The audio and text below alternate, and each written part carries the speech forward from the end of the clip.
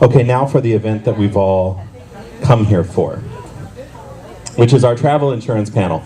So we haven't done this for 2 years. We have tended to do it every other year, so it's been time. And we're recording it, so all of you travel insurance suppliers know you're being recorded for forever's posterity. But we have to, I'm going to call you up individually so that everyone can see who you are and know what companies you represent. Our first panelist is Pamela Ross from Travel Guard.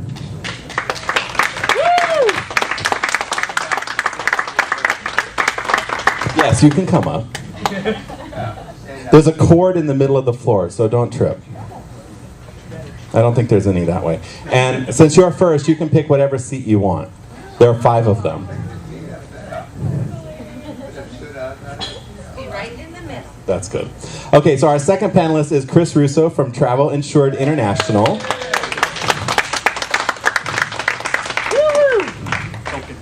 now at our house, you're not allowed to sit next to anybody you sleep with, so it's your choice.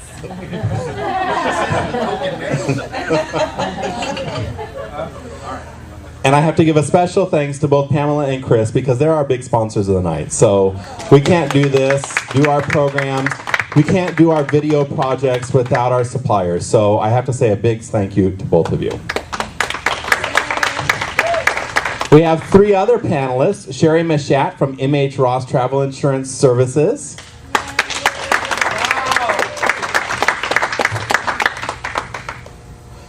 And Susan Weiss from CSA Travel Protection.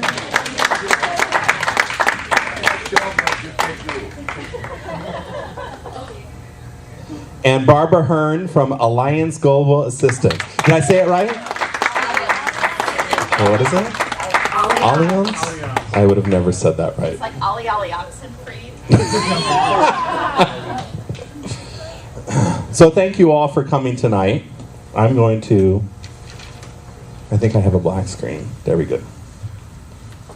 So did you all get Travel Weekly today in the mail? Or have you seen it? Yes. Did you see? Yes. I don't know this guy's name. I can never say it. Mark Pastronk?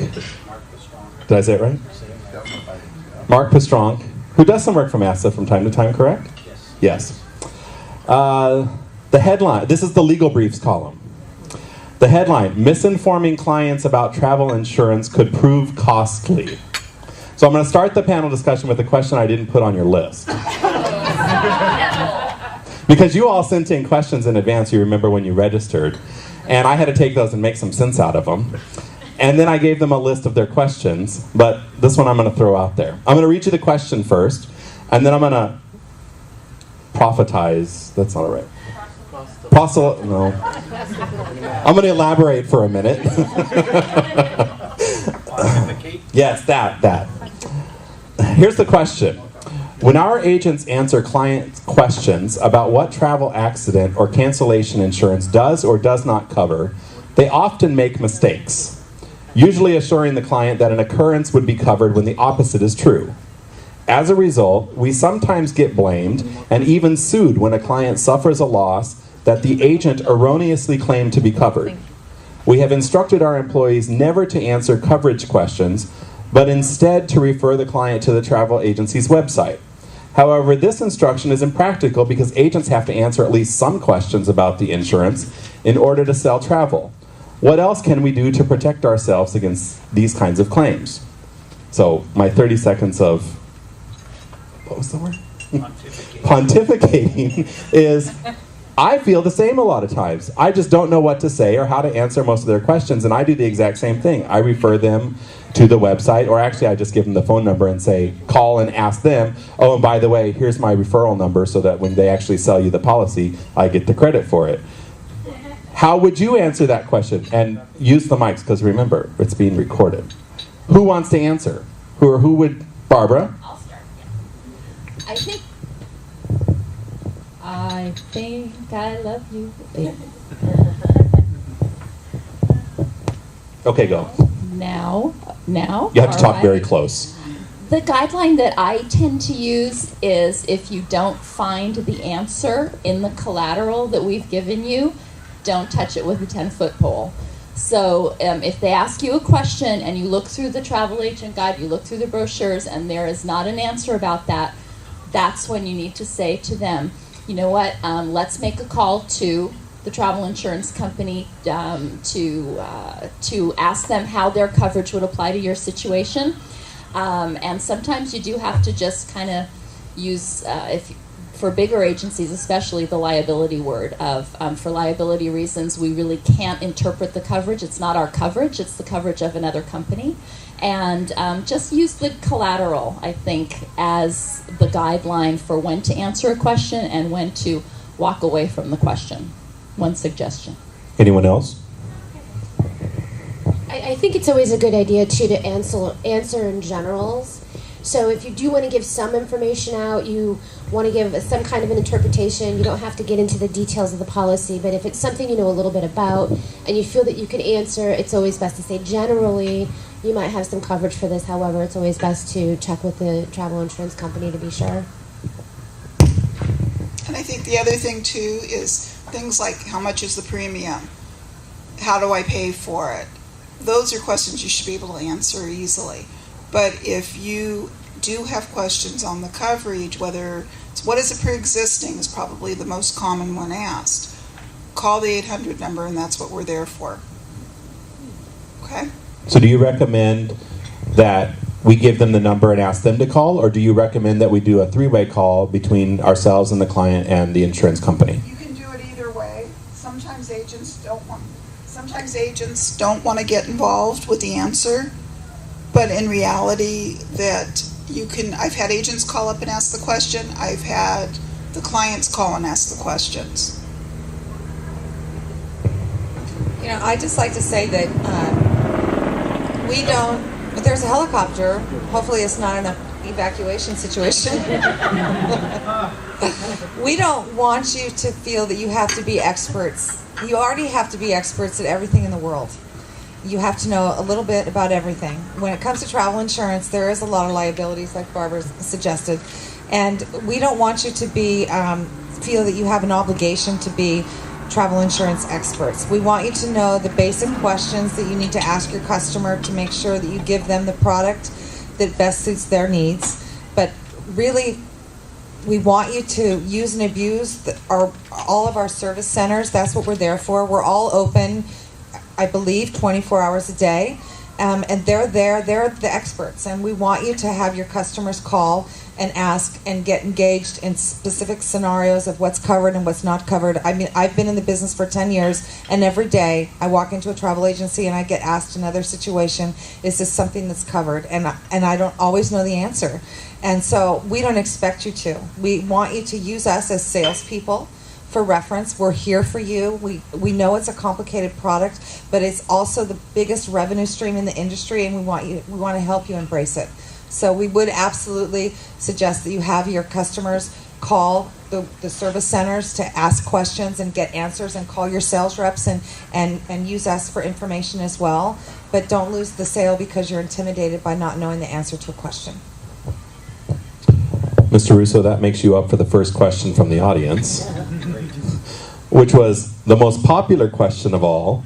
Can you simply define pre-existing conditions? It's an easy answer. No. No. Oh, that's all you want to say. So what are we to do with that? Call the 800 number, like everybody said. Actually, as an agency owner for 20 years, I mean, it was always the question what is a pre-existing condition? Or I probably asked some of these people that question when I was an agency owner. And so I think that, again, I'm not kidding. If you have a question about it, call these service centers. You want to make sure 100%. I've said it for years now. Travel insurance is not really for the client. It's for the agent to make sure they can sleep at night if something goes wrong. And I can, they do get a lot of coverage out of it. But I know as an agency owner, I sat there and I heard it a million times, and you've all heard it. Nothing's going to happen to me. Everything's going to be just fine. I swear to God, I would run out there and buy the insurance for them. Because those were the people that something was going to happen. And signed waiver or not, it's not a battle that you want to get into. So you want to make sure that if you have a question about a pre-existing condition, you call one of the centers. I always went with the theory, and I'll probably get shot down on this big time, but if it's documented in some way, shape, or form, it's a pre-existing condition. And so, that's, but not everybody ever knows that. They don't know if their aunt or uncle is already sick or somebody else in their traveling party is sick. There's just so many different things out there. And that's why we all do have 24-hour service centers for you to get that question answered as well. I'll just address that a little bit. I try when I train travel agents. There's a couple of things that I suggest you say in a very simple sentence to your customers to try and qualify what their pre-existing situation may be because I know it's a delicate situation. You don't want to get involved in people's personal health history or asking if anybody's sick in their family, or you think it's intrusive to ask if they have any physical things that they need to be concerned about. We totally understand that. So my theory is you say to the customer very simply, have you or any of your immediate family members, which is everybody but cousins, pretty much, so it's a pretty broad range of family member description, had any change of protocol in medication or a new diagnosis medically in the last 6 months that if that came up would prevent you from traveling? And that's a very simple sentence that you can say that they can think about. Well, my Aunt Flo is in a nursing home. I'm concerned about her, whatever. Because people, a lot of times, they don't think about how broad the family member definition is. So pre-existing is something that's very specific. We at Travel Guard, we don't have anything that isn't covered by pre-existing. So, and I think most of the companies are the same. So there is a standard in the industry that if your customer has to be healthy enough to travel on the day they buy their policy, their doctor would have to authorize them to travel. That is the only prerequisite for getting the waiver of pre-existing. And so the very simple question is, have you had any new diagnosis? Has your family members had any new diagnosis or any change in medication over the last 6 months that would prevent you from traveling? If so, then you need to purchase the insurance within the next 15 or 21 days, whatever's appropriate for your agency and the company that you work with, to make sure that that is waived. And it will always be waived if they buy the insurance or at least cover the deposit in the first 15 to 21 days. Okay. Couple things, because every company has different amounts of time that they look back for your pre-existing. It could be 60 days, it could be 180 days. So that's something you always want to make sure that you check with the company that you're offering. The other thing is that every company is probably a little bit different in that not everybody may look at non-traveling family members for the waiver of pre-existing conditions. So for example, if somebody's traveling and they have a parent who's ill at home, that pre-existing may not apply to them depending on the company that they are going with. The other thing too is that when you're figuring out pre-existing, I know we're being a little bit more generic here, but one thing that you can say or give them guidance on for what they can do for the time period is that you look at the 60 days prior to the purchase of insurance or 180 days prior to the purchase of insurance, whatever that number is from that company that you're offering. And if somebody's treated for something in that time period that's the direct cause of their cancellation, that's when it's considered pre-existing generally. And that just gives you a little better understanding of how that works, because it's so intangible that sometimes it's very confusing and you don't know how to deal with it. But that's putting it into a pretty simplistic definition on that. Sherry, can I follow up? You said that one of the last things you said was if that's the cause of their cancellation. Right. So if they cancel for a completely unrelated reason and they go, they file a claim and the insurance company pulls all those insurance records and sees something in there, they're they're not going to deny it because of that, because it Right. was not what their original claim was for. Right. Let's say somebody has a heart condition and they've been getting treated for it, but walking down the stairs they slip and fall and break their leg. Has nothing to do with the pre-existing. That's something that occurred after the insurance was purchased, and they're not going to look to see, oh, did he have a broken leg for the last 6 months? No, they're not going to do that. That's considered no. Okay. So if it's occurring after the insurance is purchased and it's a new occurrence, that's when they're not looking at it as being pre-existing. And another thing that a lot of, and this sounds like it should be very simple to understand and to acknowledge, but I just think as a rule of thumb, even though you think that this is common knowledge, is death is never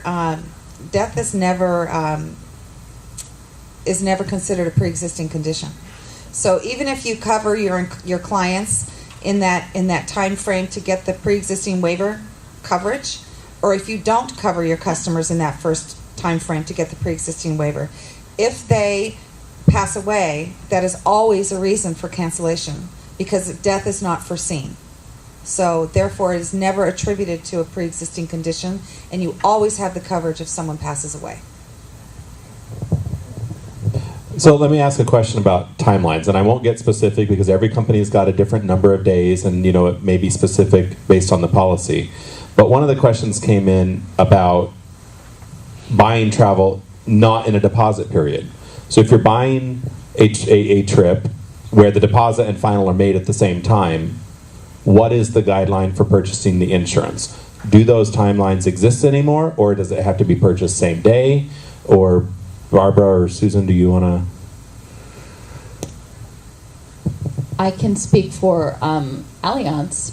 It would be, you need to purchase the insurance with us. It's within 14 days of that payment in order to have coverage for pre-existing medical conditions for yourself and your family members, which we similarly define.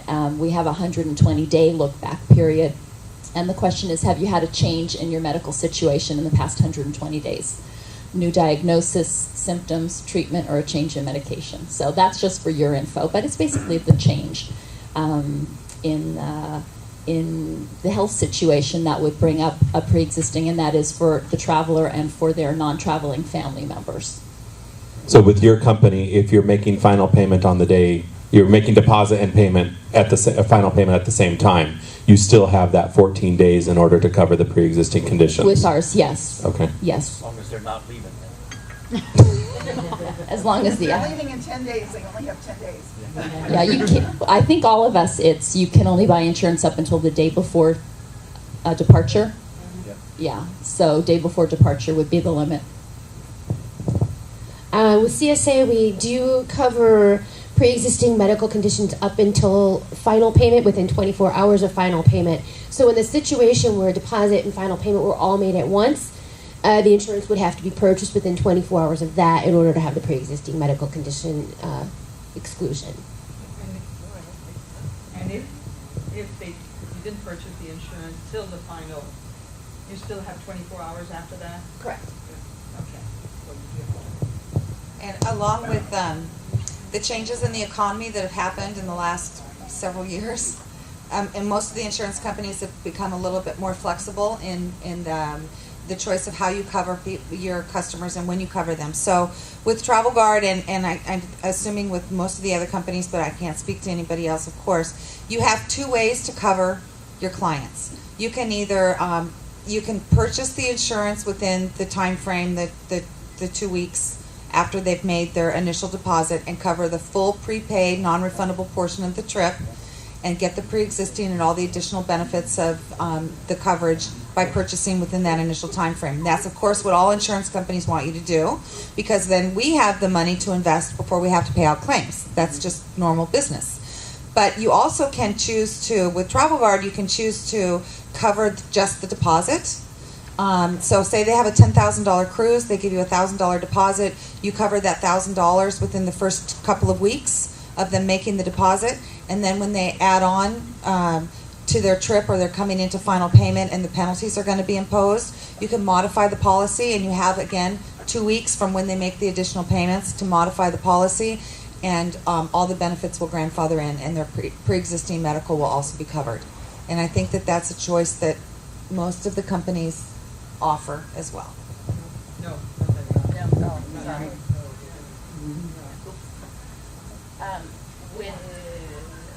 With Allianz, you do need to insure all non-refundable trip costs within the 14 days. And so, again, one of the reasons is the insurance company needs the money early to make money on the money in order to pay the $500,000 of evacuation that they're subject to with only a $200 premium. So it's the business end of how insurance works. All of us, I think, have our I don't know if we all call it 770, but the ability to reuse a policy in case, for example, if someone buys a policy for a Princess cruise because they want pre-existing condition coverage, which Princess doesn't offer. They want outside air and outside hotel covered. So they buy a third-party insurance policy. If they cancel that Princess cruise before penalty, Princess will refund them. The insurance companies, and I think we all do this, will let you move that policy to a future trip within, for us at least, it's 770 days, so that you can move it to a new trip within 2 years and 2 months and either increase coverage if it's a higher cost trip or decrease coverage if it's a lower cost trip. And so there is flexibility with the policy that way with many of our companies, I think. Yeah. And that protects your commission, and it ties the customer to you, because the customer in those circumstances can only use that voucher or that credit through you. So it ties the customer to you, which is a really nice way to protect them. Mike. Oh, I'm sorry. At Travel Guard, we also have the ability for you to roll over a policy. It's not like a fire insurance policy or a homeowner's policy or a car insurance policy where if you don't have a claim, you don't get any refund. You still have to pay the money. With travel insurance, you can roll that policy over towards a future trip if they don't file a claim and they cancel prior to penalties being imposed. So with Travel Guard, you can roll it over 2 years, similar to Allianz, and that protects your commission. It also ties the customer to you, because in order for the customer to use that voucher or that future credit, they need to use it through you. One other thing too is that one part about if you insure the deposit and you're going to wait until final payment to insure the balance of the trip, you have to make sure you remember to have your clients insure the balance of it, because I've had agents who've called me as a friend to say that they had a situation where they insured the deposit and then they had to insure the balance of the trip, and they didn't insure it before the clients had to cancel, and they were in penalty. And they were out of luck because there was only $1,000 or whatever the amount was that they had covered on that. So that's something that's really important, that if you're going to split up when you are insuring it, that you make sure you remember to go back and insure the balance and not forget. All the other insurance besides Allianz, except for Allianz, I mean, we can insure as we book. I mean, the thing is, yeah. With MH Ross, you need to insure the non-refundable portions of the trip, but let's say you're booking a cruise a year in advance, and in 6 months' time you decide to add on a post-cruise trip. Well, then you would insure it at that point, and you have your 15 days at that point to be able to go ahead and add those components to it. But usually the deposit fee is refundable. So, Alia? What happened, maybe this is a silly question, but in our case, we offer them the clients the flights first and then the deposit. And sometimes we still don't know the final price of the trip. So when do you count those 14 days, let's say, to offer them the pre-existing condition coverage? When they book actually the flight with us, or when they really put the deposit for the land portion, let's say? Because we have like 2 steps. One is the flight. And then the people said, okay, now I want to confirm that once we have the flight, then we can confirm the land portion of the trip. How does it work which is really the deposit date for you, so I can count it 14 days exactly to say, if you want coverage of the pre-existing condition, this is the frame time. Whatever's prepaid and non-refundable is what you have to go by. Okay. So if you do the flight first, insure the flight, And then when you go to do the deposit and add on the land, then you can add that insurance. And each component, as you do that, you have that 15 days to add the insurance to it. Thank you. So who can we sell to? Can we sell to clients who don't live in the U.S.? Any restrictions on non-citizens or non-U.S. residents from each of your companies? Hello. Hi. Let me tell you, I don't know if everybody else, I think most people at the table, you will get this analogy. You know those parking meter people that go cruising around to look for meters that have expired or a car that doesn't have its wheels turned the right way and they give you tickets? The departments of insurance are out doing that these days for insurance companies. The departments of insurance are out looking for anything that's not in compliance, and it's a very, very fluid environment right now with having to be licensed and certain product restrictions and things like that. What was the question again? Oh, outside. Okay, so for regulatory reasons, with our company at least, you can sell to non-U.S. residents, but we ask you to call our agent services desk so that we are selling the policy for you, because we have the license to do that. And the one thing that non-U.S. residents do not get with at least Allianz is coverage for pre-existing medical conditions. So with this company, yes, you can, but you would do it by phone.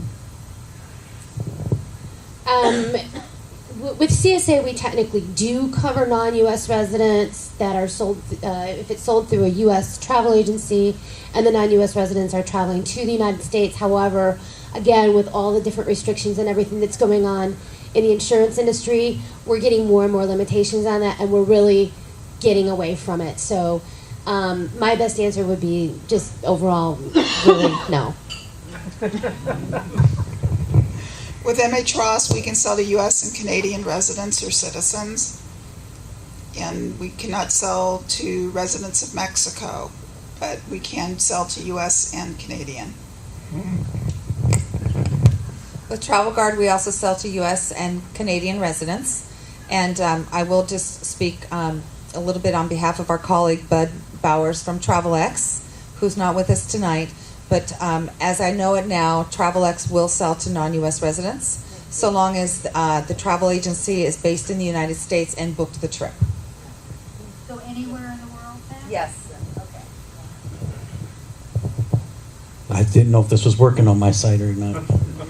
Travel Insured will sell for non-U.S. based residents as well, as long as they're coming to the U.S. So, but if there are clients and they live in New Zealand and... Correct. What? Only if they travel with... Oh, I think only if they're coming to the U.S. Yes. But if they come from New Zealand and go anywhere, they're not covered. I'm sorry, I can't hear you, Barbara. They travel from Australia or New Zealand to go to Tahiti. No, Right. Won't So cover only that. if they come to the U.S. yes, they're covered. only if they come to the U.S. But TravelX Europe, does. they're not covered.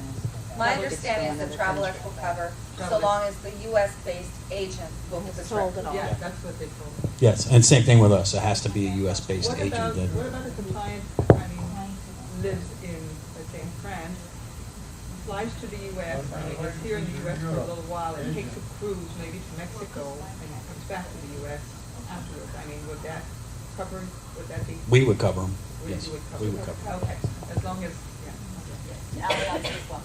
Huh? What was that last question? Okay. Klaus, what she asked is if a passenger originated like in France, came to The the French citizen. right, The French citizen. and came to the U.S. for a little bit, then hopped on a cruise to Mexico for a week and came back to the U.S. and spent some time there, and our company would cover that. So that was her question. And with Travel Guard, we didn't until about 3 weeks ago, and now we do. So let's talk about sales and marketing for a little bit. What are the best marketing ideas that you've heard of from other agencies or other colleagues that you have for selling travel insurance to our clients? Okay. Pam and I were laughing, scared the crap out of them. No, we're kidding. Honestly, a story does speak 1,000 words. I mean, when you can have an example for someone who wants to spend money on this. I don't. I don't have to buy insurance when I go on a trip, but I don't want to have to worry about my child taking a last bike ride around the block and falling and breaking their teeth and, you know, having to cancel the trip. Obviously offering the insurance at deposit, and if they push back, there are a number of overcoming objection things that we can suggest to you, but sometimes just giving them pause, and again, that waiver that you ask them to sign before you deliver the travel documents to really reinforce the fact that you've told them 37 times that this is non-refundable, but they always think that, oh, you'll be able to do something. No, really, I won't. So before I give you your documents, so that there's no misunderstanding between us, let me just have you sign this so that everything is clear. So just 2 suggestions. Those were my 2 suggestions.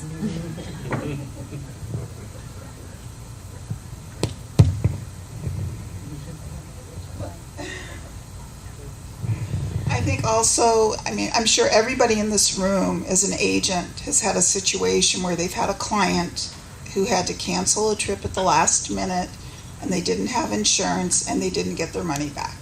Correct. Raise your hands for how many of you that's happened to. Okay. So I think that more than making up a story or trying to scare them, when you're giving them real life experiences, it makes a big difference because all of a sudden they can relate to it. I think that one of the tactics that I've been using with agents as far as in trainings is that insurance is not only about cancellation coverage. A lot of insurance has to do with peace of mind coverage for while they're traveling and the post-departure benefits, which are extremely important. I don't know how many of you know this, but in 2011, the winter storms of 2011 have officially been categorized as one of the top 5 most catastrophic events in insurance history. A travel guard paid over $10 million just for Hurricane Irene. And that was for all those people that were stranded at the airports and couldn't get out because of the weather, the flights were canceled. We've got volcanoes that erupt. We've got things, tsunamis, things we would never expect happening in our world today. So I try to encourage agents to not just sell the insurance for the cancellation coverage, but for the whole package, for the whole benefit of what they get for post-departure, because that's really, really valuable when they're on the road. And so I encourage you to use that as a little bit of a marketing encouragement. Also, as the others have said, when you ask someone to sign a waiver to be able to release your liability, and they know that they're taking responsibility of not holding you, liable for something, they really think twice about it. And it can be something as simple as saying, we're now paying the airlines to lose our luggage. Why would you not want to insure your trip and have peace of mind? And if something medically was to happen, that we could evacuate you out of South Africa or out of the outbacks of Australia. You just never know what's going to happen. And as much as people say nothing's going to happen, it's just not true in today's world. All right, so marketing tips. Ask.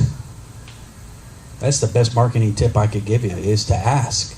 I have to say, I'm the new kid on the block here, and being a travel agency owner for 20 years, and now going into offices and asking travel agents about their strategy for selling travel insurance, and I have a blank face in front of me.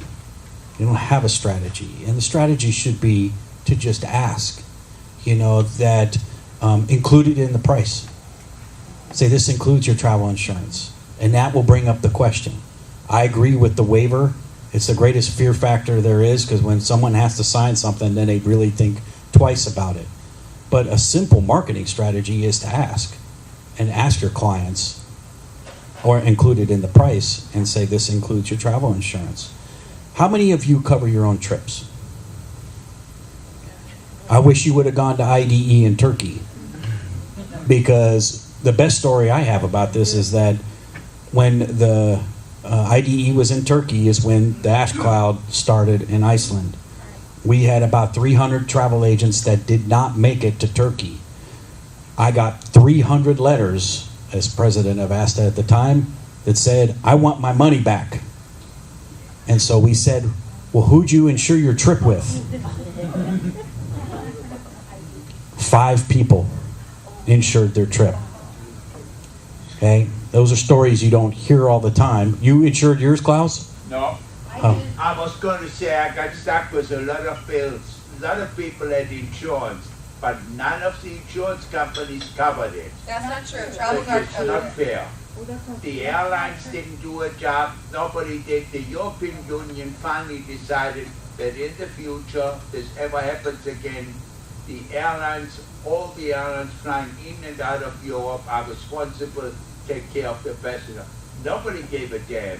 People were stuck in Europe. They were stuck in Frankfurt, in all the airports, Milan, in Rome, in Paris. They stayed for a week in these hotels. Most the insurance companies in the U.S. did not cover it. Well, I couldn't tell you because I only know of 5 agents that covered themselves when they did it. So, But you know what happens now if this volcano happens again? You're stuck in Europe for 8 days. Are you covering it, or is that an act of God? well, No, it's covered. it's covered. But it didn't. They didn't. Most insurance companies didn't. Well, Klaus, you'll have to send me the note that shows that we didn't cover something. I'm I- not I referring had to you. clients stuck in London and others that made it to where they needed to go in Rome, and they were covered. Yeah. Okay. I had clients in Italy, and they were covered. right. So, Our clients were covered as well. We had people who were stranded, who had to cancel, who were stuck. We paid for a group of students to be in Paris for an extra 6 days before they could get out. yeah, So- we do stuff. I think all the companies that are up here do stuff like that on almost a daily basis now. But my point is that if agents aren't asking themselves to buy the travel insurance, then it's much harder for them. And I'm giving away some of my presentation tonight, but then it's harder for them to ask their clients. And so that's the thing that you have to get over. You have to be able to say, you know what, I'm going to ask. I'm going to ask, I'm going to include the price and say, for this tour, it's going to cost this much for third-party insurance. And, and start asking. You'd be surprised how many people, and sign the waiver. They will buy the insurance.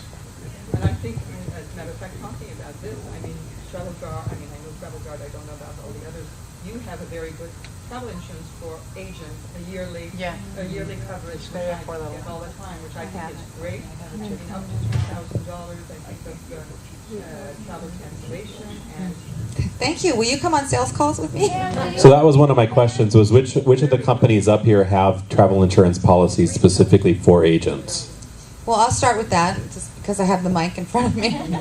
We have a very generous travel agent policy. It's on my my table over there. It's the travel agent annual policy. It's $129. It covers you for all of your trips for 365 days, and it goes into effect from the day after you buy your policy for 365 days. And in January, we added for an additional $98, you can get up to $5,000 of trip cancellation. But right now, it's got $3,000 worth, right? It's optional. You can buy $3,000 or $5,000. Right, yeah, so it's fantastic. We also offer 2 annual agent policies. The information is also over on our desk. It does not include trip cancellation, but it includes all the other benefits, trip interruption, medical, emergency. And then the 2 levels, one lower level does not include car rental insurance, and the higher level does include car rental insurance. And they're $39.95 and $49.95 a year. And again, that covers all the trips taken during the year. What about, how much is the travel cancellation? There's not cancellation included in our annual policies. So there were some questions about licensing and selling travel insurance. So if we're travel agents in Los Angeles, where do we have to be licensed or registered to sell your products? And if any, well, no, let's answer that question first. Department of Insurance, and we're all going to say the same thing because you have to be licensed. They are in the midst of making changes, but it hasn't become final yet. But as of now, you have to have a travel agent's limited lines license through the Department of Insurance for California. And so that's an agency license, not an individual agent license? That's correct. Yes. And that's for the state of California. That's correct. So, Individual or an agency. But all the agents in one agency can sell under the agency's central license.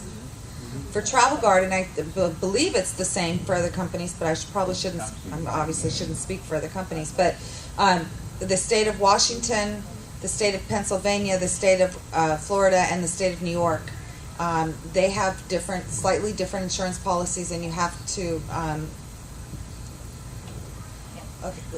basically there's two problem states.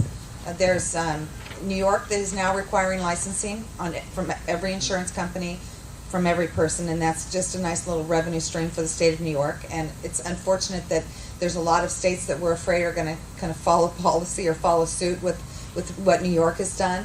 But pretty much in general, for all insurance companies, you have to be separately licensed to sell insurance for clients that are registered or that reside in the state of Washington and now in the state of New York. You said the agency had to have a license. How does that affect an independent contractor that's part of that agency? Does the independent contractor need their own license? No. Okay. So Pam, what you were saying is if we have clients that are in Washington or New York, we have to be registered in those states in order to sell them travel insurance. That's correct. You would have a resident license for California and a non-resident license for those other states. And our three are New York, Washington, and Texas. So as I mentioned, the meter maid concept, this is what's happening. The states are out looking for revenue sources, and this is one source for them. How much is New York? I Expensive. call our licensing department.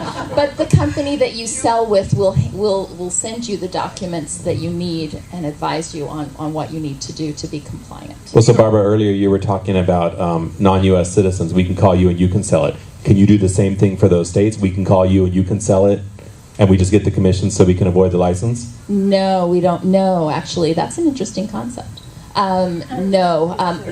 This is not yet a requirement with our company, but we're moving in that direction. We're kind of trying to anticipate what's going to be happening, and we're foreseeing other states follow suit as well. So have a relationship with your travel insurance salesperson to kind of keep up with what's going on, because it's a very, very fluid environment right now. And the U.S. Travel Insurance Association and ASTA have been working really hard to try to get the regulations to be consistent, because every state has their own Department of Insurance, every state has their own rules and regulations, and it's, to put it bluntly, it's a royal pain for the insurance companies and for the agents, because everybody is different, and we have people in our office who specialize in it. But for example, somebody asked about New York, and you have to have life and health license and a property and casualty license, and they get you both ways, coming and going. There's no test, though. That's good news. There's still no test. And Pamela, you asked about the cost for New York licensing. It's in about $250. That's my understanding. This is what it costs to take care of the licensing in New York. So could you conceivably have a buddy, a travel agent in New York, that would sell the policy for you? Yes, you can certainly make arrangements with what your commission split would be, or some sort of if you want to work with another agent that's part of the consortium that you're a member of, that's in another state or that's based in Washington or based in New York. I mean, I'm sure you could work something out, but if you I would only recommend that if you don't have a large percentage of clientele that live in Washington or New York. Obviously, if you have a significant number of clients that are in New York and Washington, you're going to want to embrace the licensing process. But what if the clients buy online, by your website? You cannot control that. You have your your banner and you promote it, and I don't know if they're buying from New York. I don't have a sign that says if you're in New York, don't buy this policy. But you're going to have addresses on them at some point, unless all you're collecting is an email address. Yeah, if they fill out the form, yeah. So once you know that, and if really when it's going to come up into play is if a claim is denied, and then they go to the Department of Insurance and file an appeal on it, the Departments of Insurance would come down on you and the company that you're representing if you're not licensed in a state that requires that. Barbara? Okay, so I'm very partial to third-party insurance, but that's sort of telling me that if I have a client who lives in New York, then if they're on a cruise, I should tell them to take the insurance with the cruise line, because they're covered. I'm not selling it, the cruise line is, and then they're covered for whatever the cruise line covers, which may not be as much as what you cover, because I'm really partial to third party, but it leads me to think that maybe I need to tell them I need to look at the cruise line. The challenge is that because the individual insurance commissioners can make the rules for their own state, it's not that you can't sell the product in New York or Washington, it's that the insurance company cannot commission you. So there's a big difference. Okay. You can have if you don't choose to get licensed in the state of Washington or the state of New York, you can refer your customer to the website and they can book it directly and they will have coverage. However, we will not be able to commission you. That's the difference. But they're covered when the client is. Yes. I was going to say, for travel insured, if you're logged in on our website as a travel agent and you try to sell insurance and you're not licensed, it will not let you. That's what I was going to ask. Yeah. I was going to ask. We won't let you. Will you let us know then that this is not going through? I mean, that this It will not show the product. Yeah. I have clients in New York that have insurance now that they never travel. I don't remember it's one of you. And nobody ever stops me from going online and putting in your address and having you send a policy to their home. And no one's ever said you're not really insured. No, if a policy is sold, your client is protected. If a policy goes through, you have no worries. The difference is whether you can be fully commissioned for a sale in a state. Some companies pay a referral fee instead, a flat referral fee rather than a percentage commission. But again, the 800 numbers for each of the companies is going to be able to tell you exactly what the situation is. But none of you have on your website that we should, as California agents, not be selling to New York or Washington. This is something that's just been happening the last few months, so it's all in a state of flux. But if you have an occasional passenger who's from New York, you're not doing 100% of your advertising in New York. You have an occasional passenger that is from New York, it's not as much of an issue. It's if you're starting to do substantial business, you decide to take out an ad in the Sunday Times for New York. So let me ask Chris, because I know that he called ASTA today for an update on what's happening with the California legislation that I'm sure you've been seeing the emails come back from me. We need you to send letters to Sacramento and, sign these petitions and that kind of stuff. Will you give us the update of what you heard is going on in California from ASTA as of today? Why do I always get the answers that are no or nothing? I'll ask you the next one. But actually, there has been a lot of work done, as was previously mentioned, mostly by the U.S. Travel Insurance Association. ASTA's been there, but they've done the real hard work. And here in California, it's actually, they aren't going to work on it until August 7th when they come back in session. But they did get concessions. There were some things put onto the original bill that we're going to require a lot of effort from travel agents and from insurance companies that have since the insurance commissioner has gotten them to back off on those. And so it will be heard on August 7th, and then we'll have to go back to the House to be cleaned up in the House. But it is more favorable now than it was 2 months ago, that's for sure. Keep the mic.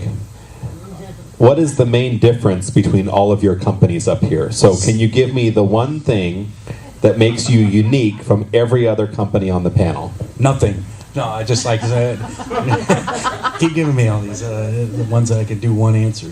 What did I say? I would say with us, is one thing unique is I'm the only guy up here on the panel. So we obviously have differing hiring in our company or something. But no, actually, I would say that Travel Insured, what actually attracted me to them, because I've been with them only 6 months now, is I like the fact that our owner is involved in our daily business. He really cares about travel agents. And if you know my background of being a travel agency owner and running ASTA for 3 years, that's important to me because, as I said on the pulpit when I was pontificating a few years ago, I grew up in the travel industry. Not literally from the age of 12, but I grew up, I've been in this industry for over 20 years now, so I started when I was 12. And I have a deep passion for it.